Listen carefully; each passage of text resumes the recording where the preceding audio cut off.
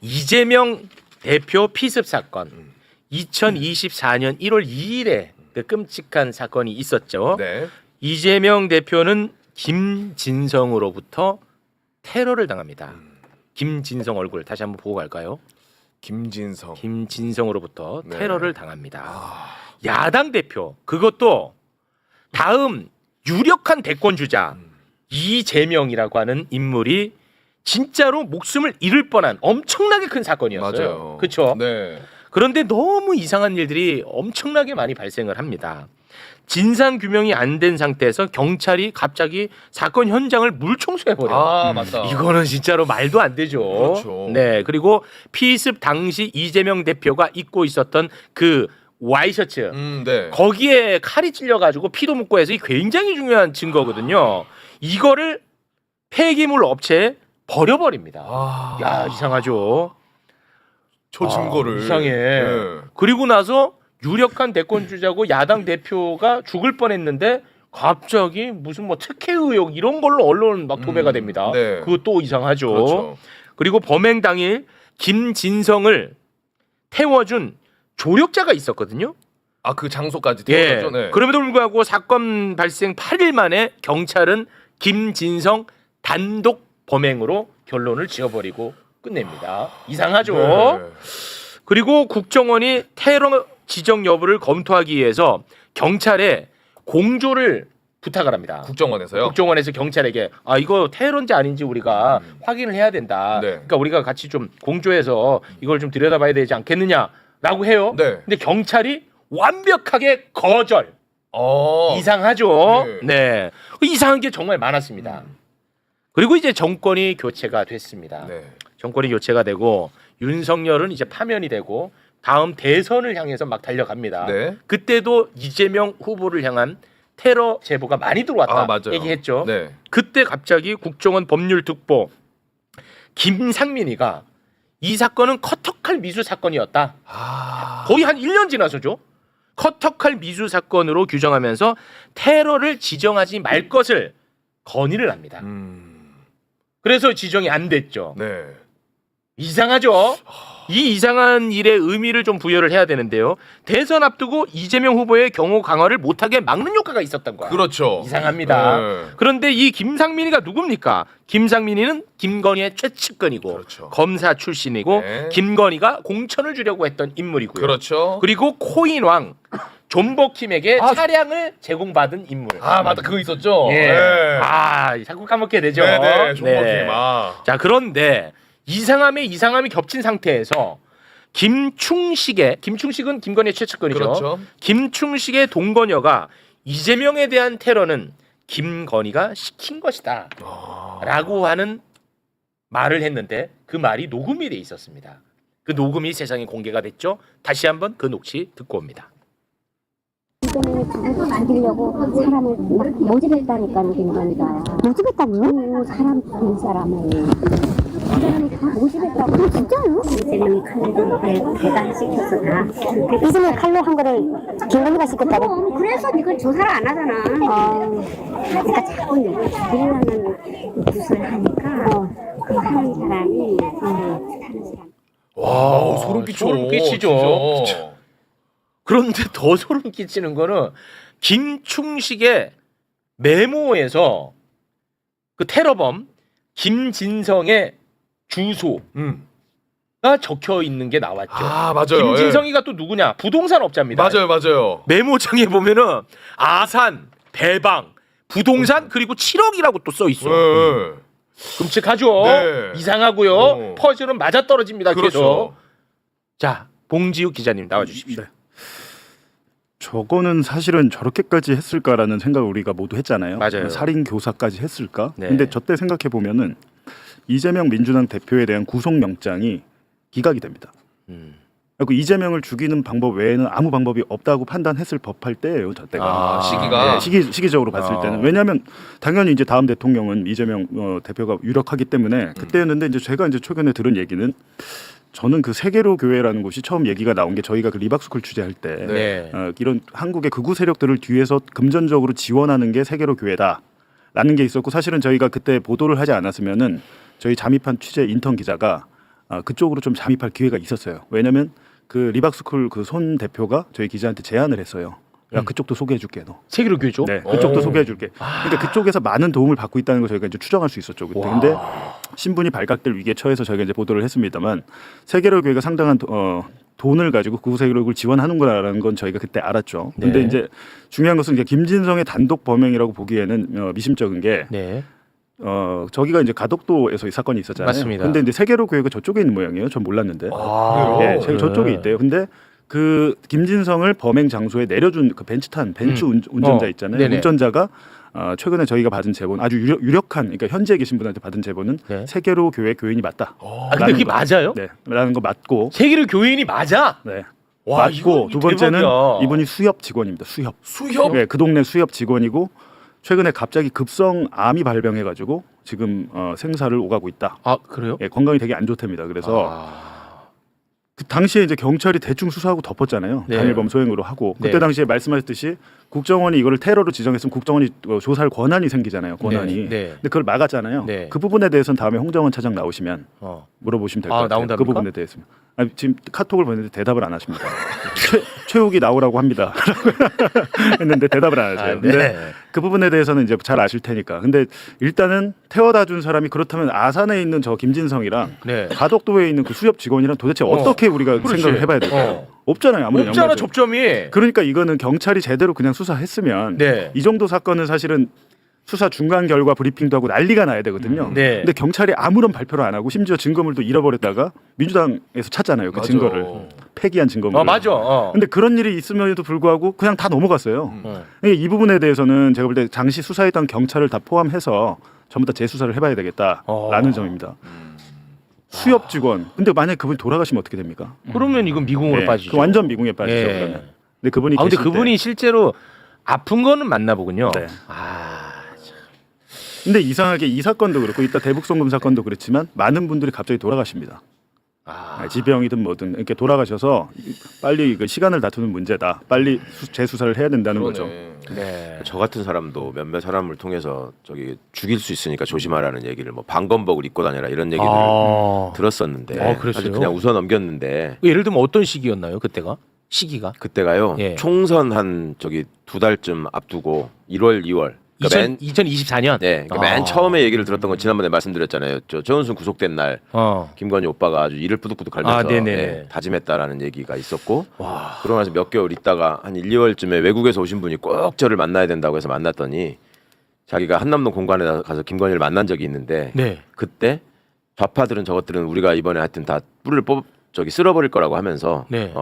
이렇게 얘기를 하는데 저하고 조국하고 뭐 이거는 처치를 해야 된다 뭐 이런 식의 얘기를 했다고 방검복을 입어야 된다. 그 얘기를 해서 그냥 외국에서 그냥 뭐 이렇게 너무 걱정이 많이 해주셔서 고맙다. 이분이 내 말을 가볍게 듣지 말고 필요하면 내가 사줄 수도 있으니까 꼭 입고 다녀라. 달리 들리네. 네, 그렇게 얘기를 했는데 이거 보고 나니까 진짜 네. 털 떨리네요. 아니 이게 수사기관에서 이 정도 정황이면 이거는 사실 엄청나게 많은 혐의점이 있는 거 아닙니까? 당연하죠. 그렇잖아요. 그래서 기본이지 이거는. 전제를 보면 1년 전에 1차 테러를 실패했잖아요. 결과적으로. 그래놓고 이제 12.3 계엄 이후에 HID 요원들이 어디 있느냐를 가지고 말이 많았어요. 왜냐하면 12월 3일에 판교에 정보사령부 100여단 제가 전에 얘기했던 백산연구원이랑 그 정보사령부 본부가 있어요. 본부는 네. 아니고 하여튼 그 100여단이라는 곳이 있는데 네.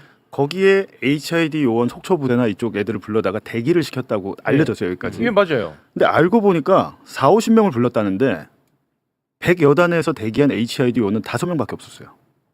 나머지는 다 현장으로 간 거예요. 그래갖고 그 이후에 뭐 청주공항 폭파 테러 여러 가지가 있었잖아요. 뭐 제보 들어오고. 그래가지고 이거 빨리 소집 해제 그 임무 해제를 해달라고 그 사람들이 계속 그랬잖아요. 네. 그러니까 저는 저게 말이 돼. 이게 계엄이 무서워. 끝났는데 이랬는데 지금 생각해 보니까 그 HID 요원들 전직도 있겠고 현직도 있겠지만 실질적으로 그 명령 해제를 기다렸던 것 같더라고요. 그러니까 그 말씀이 그 말씀입니다. 지금 여러 요인들에 대한 테러와 암살을 지시를 받았을 것이다라고 보는 것이고. 무섭다고. 조심하세요. 그러니까 저는 요인이 이쪽으로 왔을 수도 아니지. 있죠. 그냥 미운 사람인 거고 요인들은. 근데 분명 당시에도 여러 가지로 보면 여론에 미친 영향이나 언론인으로 봤을 때는 김어준 체육 정도는 죽이고 싶었겠죠. 저는 귀여워서 빠졌다는 설이 기본적인 그게 정설이에요. 체육은 귀여워서 빠졌다는 게 정설입니다. 예. 체육은 끝났더라. 네, 체육까지는 건들지 마라. 내가 체육을 너무 체육을 나빠보인다. 말했는데 외국 교포분이라서 최강욱이라고 잘못 들었습니다. 아니야. 그건 사실은 아닙니다. 체육을 얘기한 건데. 예. 와, 근데 무서워. 진짜. 그러니까. 이거는 가볍게 볼 수가 없습니다. 이렇게 딱딱 드러나는 정황이 어딨냐. 이거는 굉장히 심각하게 좀 들여다봐야 됩니다. 네. 자, 그러면 두 번째 이슈로 좀 넘어가 보겠습니다. 서해 공무원 피살 사건. 야, 이거 진짜 시끄러웠던 사건이거든요. 이 국민의힘 그리고 보수 언론 그리고 보수 논객들이 맨날 이게 흔들었던 게 서해 공무원 피살 사건이야.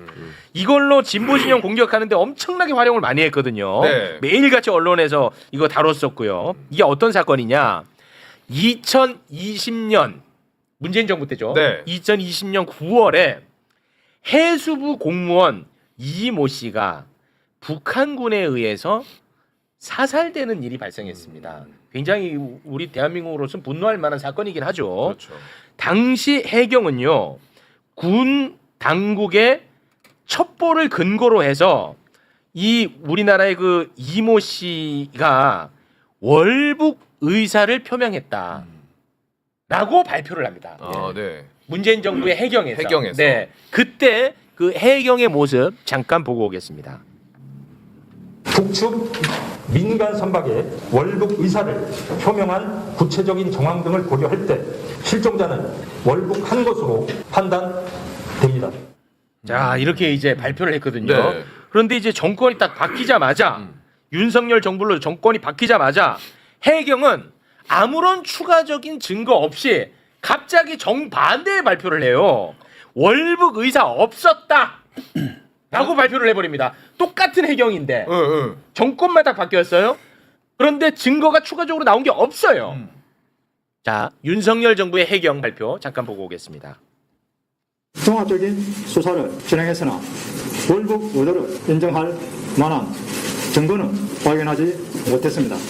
정반대네. 정반대야. 그래서 문재인 정부 이 새끼들이 이거 완전히 사건 조작했다고 난리를 친 거였어요. 아.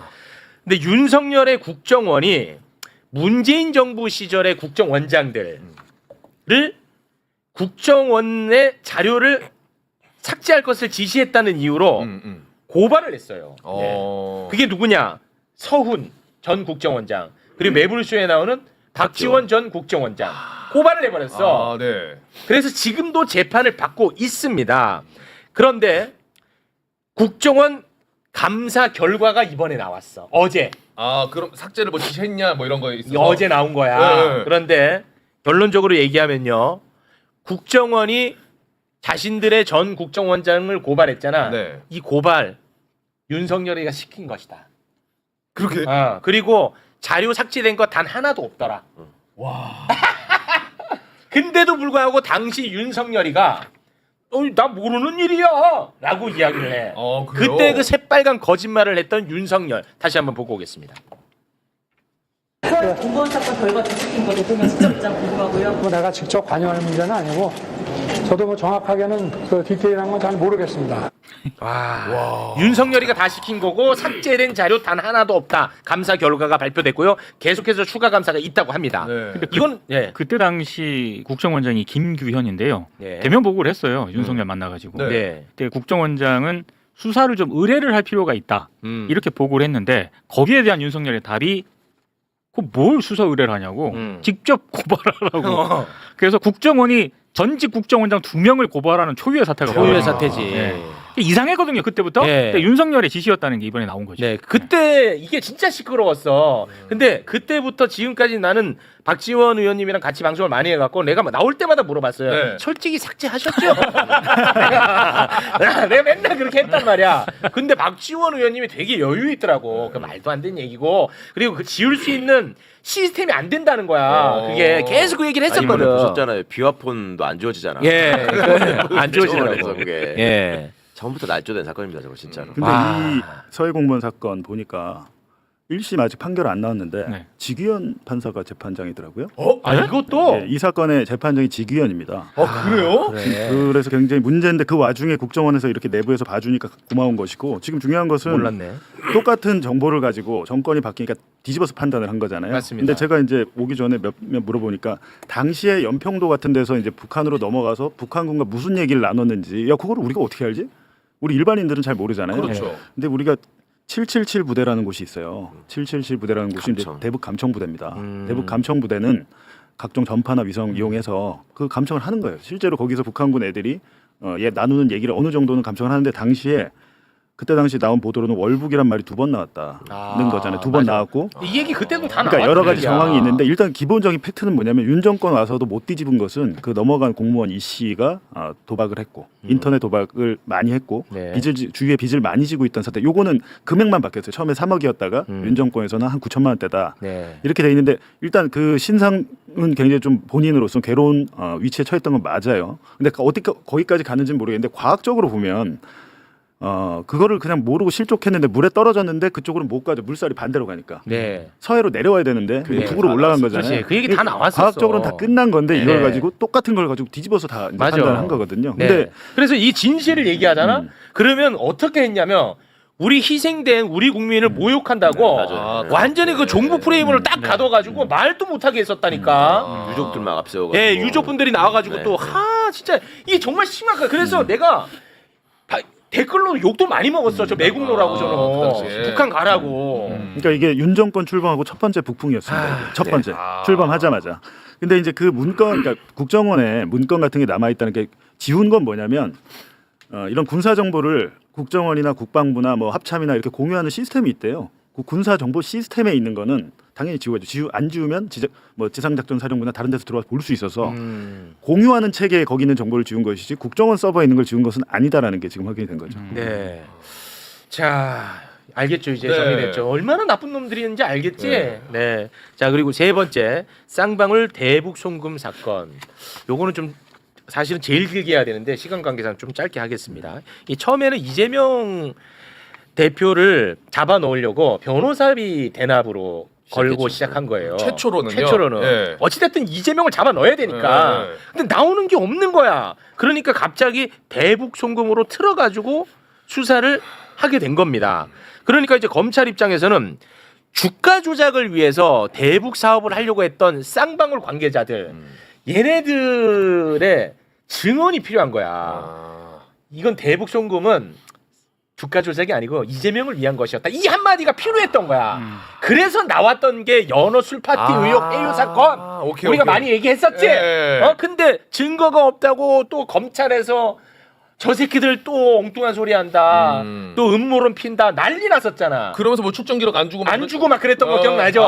겠죠. 자, 그런데 이번에 그 술 파티에 직접 참석했던 사람이 결정적 증언을 해버립니다. 같이 있었던 사람이야. 그 사람이 이번에 증언을 했습니다. 바로 KH 강원개발 부회장 조경식이라는 사람이에요. 조경식. 네. 이 사람이 드디어 증언을 했는데요. 관련해서 민주당 서영석 의원이 기자회견을 통해서 내용을 전달을 했는데 네. 영상으로 잠깐 보고 오겠습니다.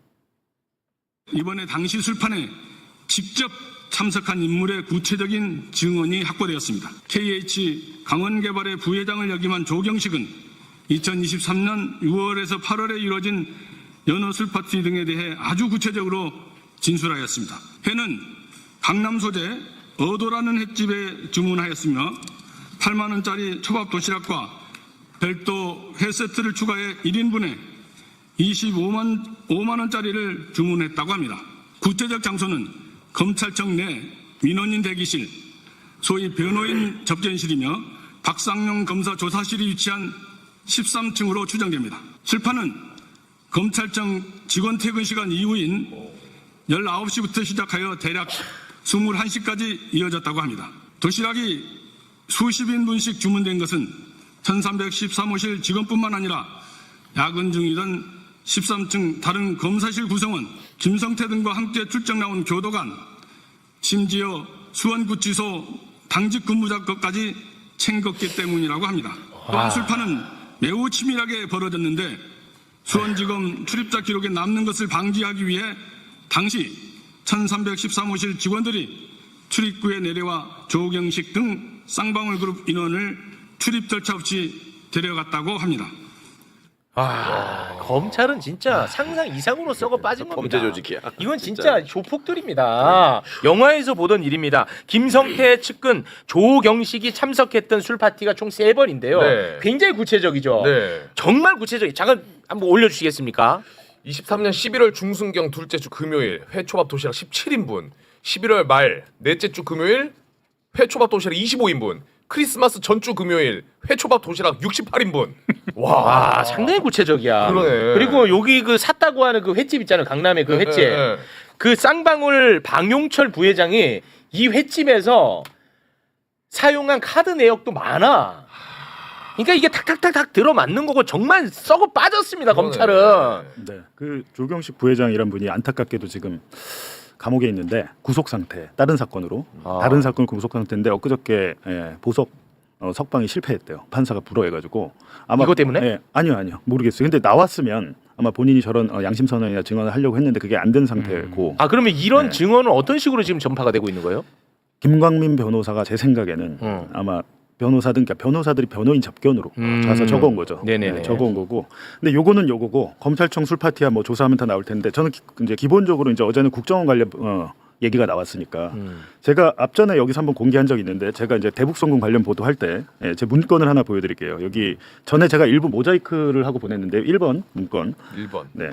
1번 보시면 이제 뭐 잘 안 보이실 텐데 이게 이제 제목이 북한의 리오남이 북한의 그 정찰총국 그 요원이잖아요. 그 영화에 나오신 분. 쌍방울 대북 사업을 이용한 주가 조작 시도 언급했다는 게 2020년 1월 31일자 이게 국정원 비밀 문건입니다. 비밀 문건인데 여기 보시면 북 정찰총국 리오남은 지난해 3월경 그러니까 2019년 3월경 남북 경협 연구소 김한신 대표에게 대북 사업으로 쌍방울 계열사 주가를 띄워주는 대가로 수익금 일부를 받기로 했다. 그러니까 일주일에 50억 원씩 국내 백화점 상품권을 구입해서 중국 선양으로 보내달라고 리오남이 김한신에게 요청을 했다는 겁니다. 근데 다만 김한신은 이런 내용이 알려지면 난리 난다. 거절했다. 그리고 이날 문건이 3장짜리인데 지금 시간이 이 문건이 없으니까. 국정원 문건이라는 거죠. 국정원 문건이고 그 법원을 통해서 검찰이 확보를 한 거예요. 법원도 이걸 알고 있고. 네. 근데 이제 요거에 제가 이제 그 당시에 무슨 얘기를 했냐면 쌍방울이 그 북한에 돈을 준 이유가 주가 조작 때문이다라는 게 국정원 문건 곳곳에 많이 나온다. 근데 일부 가려져 있고 뭔가 더 나올 것 같은데 멈춰져 있다 문건이. 따라서 국정원에 이 관련 문건 더 있을 것이다라고 얘기했는데 그게 어제 확인된 거죠.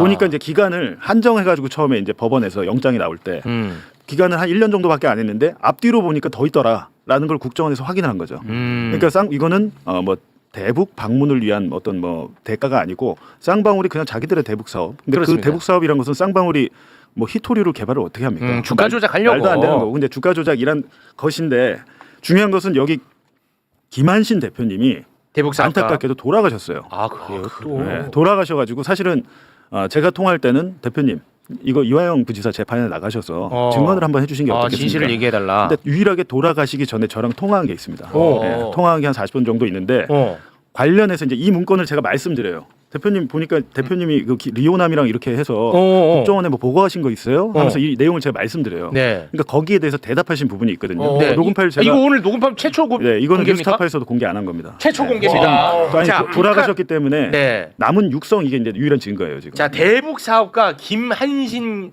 님과 봉지욱 기자가 2024년에 통화한 내용입니다. 이 통화만 들어보면 알 겁니다. 북한의 리오남에게 돈을 주는 것은 이재명과 전혀 관련 없고 쌍방울의 주가 조작과 관련이 있다라는 게 여기 안에 다 들어가 있습니다. 자, 그 녹취 함께 듣겠습니다. 네, 걔들이 그냥 출장 명령서만 주면 그냥 그 훈선으로 나오면 되니까 우리가 만나는 거를 이제 중국에서 블라디를 변경을 하고 그 블라디에서 이제 계속 만나왔었죠. 나는 뭐 저기 저 통일부에 신고하고 다 하고서 만나지 그냥 만나지. 국정원 문건인데 그 검찰이 국정에서 압수수색을 해서 받아온 건데요. 여기다가 이게 무슨 허위 사실을 적었을 확률이 적겠네요. 그러면. 그렇죠. 우리가 뭐 정기적으로 우리가 뭐 보고서를 내는 거는 만나고 나오면 보고서를 쓰는 거니까 그거 뭐 국정원에 준 게 아니고 통일부에다 내면 통일부에서 국정원하고 자동으로 다 공유를 하잖아요. 그러면 여기서 중요한 대목이 뭐냐면 리오남이 쌍방울 하고 계열사 주가를 띄워준 대가로 수익금 일부를 받기로 이미 약속했다. 그런데 그 돈을 내가 받아야 되는데 그 방법을 백화점 상품권을 구입해서 좀 해달라. 이거. 근데 그런 거는 왜냐면 자금이 이제 세탁도 안 되고 뭐 의야 송금도 안 되고 그럴 때니까 네. 그렇게 해줄 수 있겠냐. 그래서 내가 나 그건 못한다. 분명히 잘랐죠. 보시기에 쌍방울이 정말 개발을 하려고 했던 건가요? 아니면 여기 지금 문건에 있는 대로 계열사 주가 실제로 나눠서 주가가 2019년에 많이 떴거든요. 2,000원짜리가 6,000원으로 뛰었죠. 10,000원도 넘은 적이 있어요. 아니 난 그 후로는 뭘 나는 이제 딱 그거를 우리 직원 좀 보내달라 그래서 직원 보냈더니만은 직원한테 그런 얘기를 했길래 내가 이혼하면한테 내가 뭐라고 했죠. 너 이 새끼 김정은 위원장이 아는 거야 이거 왜 이런 짓거리를 하고 있냐고. 이거 남북관계 깨지고만 민주당 박살 난다 이거는. 그런데 그건 국정원에만 얘기한 게 아니고 민주당에도 얘기했고 내가 청와대에도 얘기했고 다 했어요. 아, 청와대에도요? 그렇죠. 이거 막아야 된다 이거는. 와, 야, 이거 왜 그 법원에 제출 안 됐어? 이거를 이제 저분이 와서 직접 증언을 하셔야 증거가 되지. 이제는 돌아가셨으니까 이제 한 가지 희망은 여쭤봤을 때 처음에 리오남이 이 백화점 상품권으로 쌍방울 주가 조작 수익금 우리한테 보내라라고 한 게 네. 이분의 밑에 직원한테 직원이 리오남을 만나서 김한식 대표한테 보고를 하니까 김한식 대표가 리오남을 또 만나거나 통화를 했을 거 아니에요. 네. 그래서 야, 안 돼. 그렇게는 안 돼. 우리 다 망해라고 했다는 게 이제 중요한 것이고 두 번째는 국정원 문건은 우리가 보고한 대로 그대로 나왔기 때문에 이건 사실이다라고 지금 인정을 하신 거고 또 한 가지는 지금 청와대에도 보고를 했다는 거잖아요. 아마 제가 보기에는 시민사회 수석 쪽에 보고를 했을 것 같은데 쌍방울이 지금 주가 조작 대북 사업으로 장난을 치고 있다는 보고가 청와대에도 갔다는 건데 당시는 문재인 청와대였죠. 그러니까 그게 만약에 이제 청와대에서 공식적으로 보고를 받았으면 청와대에도 대통령 기록물에 관련 문건이 남아있을 확률이 있다는 것이죠. 아, 문재인 청와대를 얘기하는 거예요, 그렇죠. 저기서? 네. 문재인 청와대 때니까. 그러니까 자막에 좀 오해가 있어. 통일교라고 자꾸 나오는데 통일부. 아, 통일부. 이게. 요즘 하도 통일교가 나오니까 네, 알겠습니다. 그렇게 하신 것 같습니다. 더 길게 깊이 있게 좀 얘기를 나누고 싶습니다만 지금 검찰 관련한 이야기를 오늘 좀 다뤄야 될 게 많은데 네. 지금 다음 출연자분이 지금 가야 되는 시간입니다. 이 큰일 났습니다. 일단 우리 봉지욱 기자님과는 여기서 인사를 나누도록 하겠습니다. 지금까지 봉지욱의 오프 그만하고 빨리 가시고. 오늘 저녁 10시에 제 오프 더 레코드 채널에서 욱수수 쇼 많은 방송 많은 시청 많은 방송 부탁할게요. 우리도 많은 방송 좀 해. 봉지욱이었습니다. 대단히 고맙습니다. 고맙습니다. 네.